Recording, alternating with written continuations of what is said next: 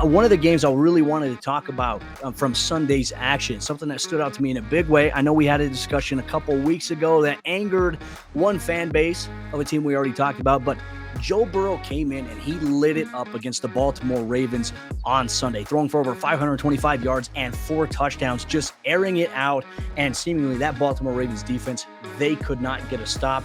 And Joe Burrow, he didn't care if he was still throwing it while they were up. He said they've done that to us in the past. I have no sympathy for them. Your thoughts on Joe Burrow's big-time game against this Ravens team?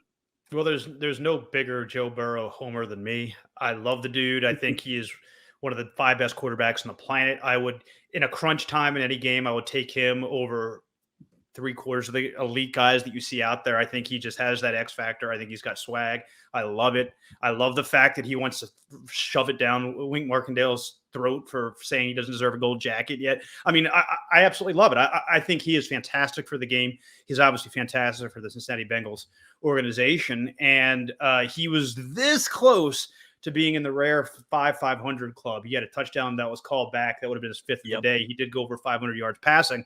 But it's great. And honestly, guys, if the season were 20 games, which would be horrendous, but if it were, or if he didn't throw a bunch of bad picks early in the season, he would be my vote for MVP because I think he means just as much to his team as Aaron Rodgers does to his and Jonathan Taylor means to his.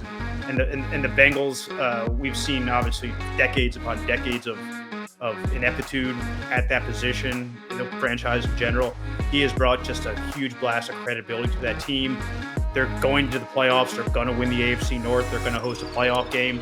And they're going to be a really tough out because their defense is solid and Joe Burrow rises to the occasion.